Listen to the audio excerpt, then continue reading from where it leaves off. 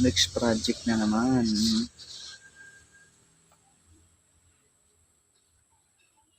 Sa okit lang natin gandahan. Option yan.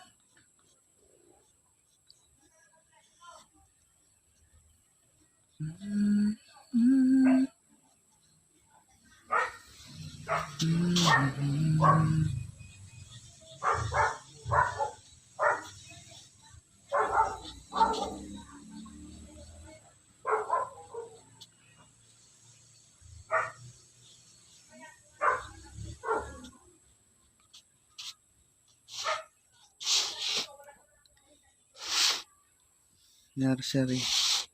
Walang R. Kasi itong R na itong gagamitin natin.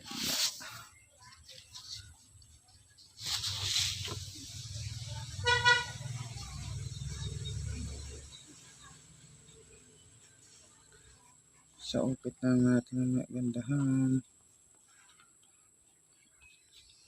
Tapos natin.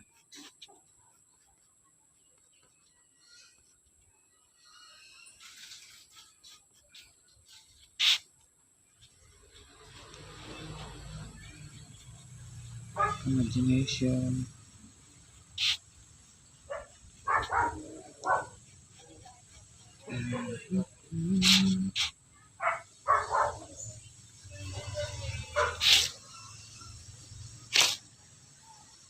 Magpipaint ulit tayo. Hindi naman yan tuloy yung drawing natin. Kailangan natin bilisan eh. Kasi sa ukit natin gagandahan yan. Kailangan natin bilisan.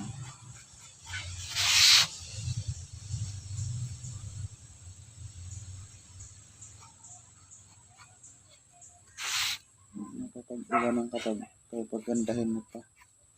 Isa ukit na lang papagandahin.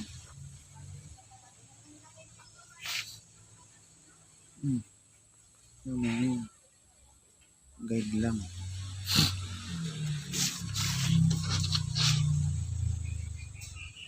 Diba?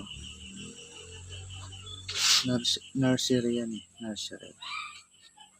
Bagong project na naman natin to.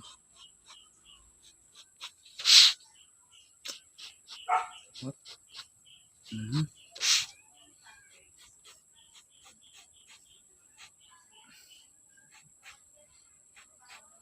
Sa ukit yun, papantayan. Kaya walang R dito. Dahil ito yun, oh. Pagka ukit mamaya, ititrace na lang natin siya dito para parehas yung R. Hindi siya mag-iiba. Discarte lang, discarte ba? O, mamaya na lang para ano. Pag na paint na natin dito sa plastic na to. Itong plastic na to. Pipaint natin dyan. May halit. Yun. Ito yung drawing natin kanina. Naukit na natin tapos sprayan na natin ito. Yan.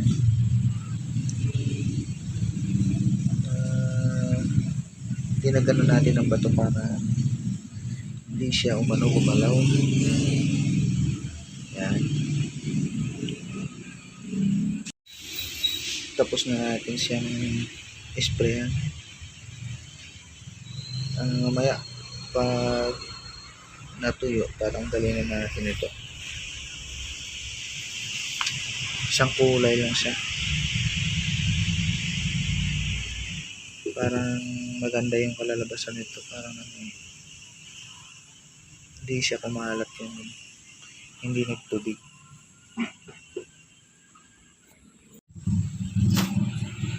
Tanggalin na natin. Parang ang ganda siya, oh. Nagkaroon ng effects. Yan, oh. Ang gaganda pala nito. Yan, nagkaroon siya ng effects. Pero hindi kasi yan. Kulay green lang kasi talaga yan.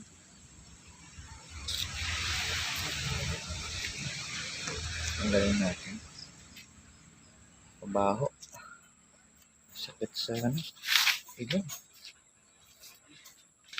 Tuyo na kaya ito. Sana. Okay. Ay naku. Parang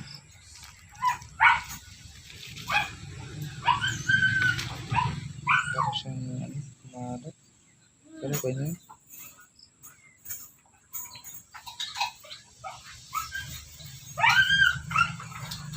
Kumalat. Ay maganda rito.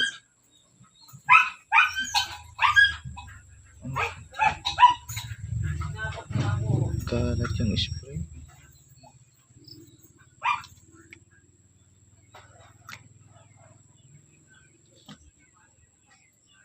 Yeah.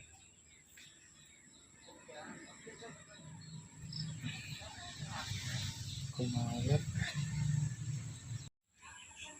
Nilagyan natin ng design. Tatanggalin natin mamaya. Hindi pa tapos eh. Meron pa dito design. Natatakpan naman yung kumalat na yun eh.